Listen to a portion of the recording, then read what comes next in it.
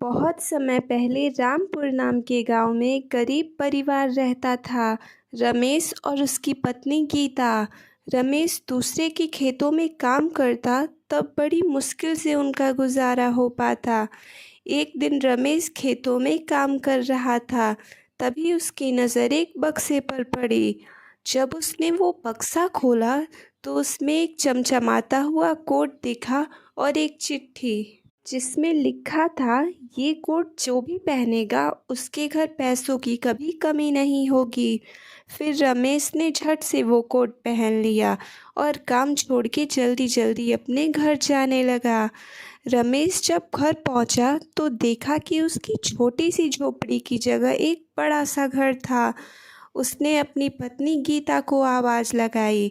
तभी उसकी पत्नी गीता महंगी सी साड़ी पहन के बाहर आई। रमेश ने कहा, ये इतनी महंगी साड़ी तुम्हारे पास कहाँ से आई? और ये हमारी छोटी सी झोपड़ी की जगह इतना बड़ा महल कहाँ से आ गया? तब गीता ने जवाब दिया, पता नहीं जी, जब आप काम पे गए तब मेरी आँख लग गई, और जब मेरी आँखें खुली तब मैंने खुद को इस बड़े से घर में पाया। लगता है भगवान से हमारा दुख देखा नहीं गया। इन्हीं का चमत्कार है ये सब। तब रमेश ने जवाब दिया, सही कह रही हो तुम। ऐसे ही दिन बीतते गए। दोनों हंसी खुशी से अपना जीवन जी रहे थे। पर गीता को एक बात समझ नहीं आ रही थी कि इतने सारे कपड़े होने के बावजूद भी रमेश एक ही कोट रोज क्यों पहनता है। एक दिन गीता ने उत्सुकतावश रमेश से पूछ ही लिया, अजी, अब हमारे पास किसी चीज़ की कोई कमी नहीं है। एक से एक बेशकीमती कपड़े हैं, फिर भी आप ये एक ही कोट रोज़ क्यों पहनते हैं? देखिए ना, कितना गंदा भी हो गया है। तब रमेश ने जवाब दिया, तुम नहीं समझोगी। बस इतना ही कहूँगा कि आज हमारे पास जो भी है इस कोट की वजह से है। कुछ दिनों बाद उन दोनों की सालगिरह थी। रमेश और गीता ने बहुत बड़ी पार्टी रखी थी, पर उस दिन भी रमेश ने वही कोट पहना था। वो कोट काफ़ी गंदा और पुराना हो गया था। लोग रमेश का मजाक उड़ाने लगे।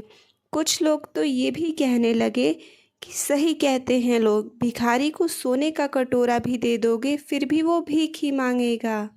इतना पैसा होने के बावजूद भी कैसे गंदे कपड़े पहने हैं इन लोगों ने। जरा सी भी शर्म नहीं है रमेश को तो। गीता को ये सब सुन के काफ़ी शर्मिंदगी महसूस हो रही थी।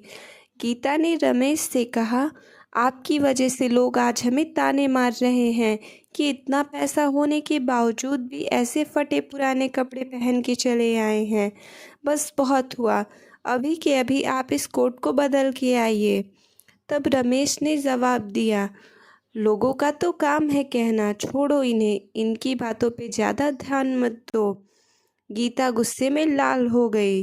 थोड़ी देर बाद जब रात हुई और पार्टी ख़त्म हुई, तब रमेश कोट उतारकर सोने चला गया। तभी गीता ने चुपके से वो कोट उठा लिया और कहा, ना रहेगा बांस ना बजेगी बांसुरी। अब देखती हूँ कैसे पहनते हैं ये कोट। फिर गीता ने घर के बाहर ले जाके उस कोट को जला दिया। कोट के जलते ही सारे पैसे, रुपए और वो धन दौलत गायब हो गए। तभी रमेश अंदर से दौड़ के आया और गीता से कहा, ये तुमने क्या किया? तब गीता ने जवाब दिया, ये सब क्या हो गया? हमारा महल कहाँ गया? तब रमेश ने कहा, ये सब जो भी हमें मिला था वो इस कोट की वजह से ही था। वो जादुई कोट था और तुमने सब खत्म कर दिया। और ऐसे गीता की बेवकूफ़ी की वजह से उनकी ज़िंदगी बर्बाद हो गई।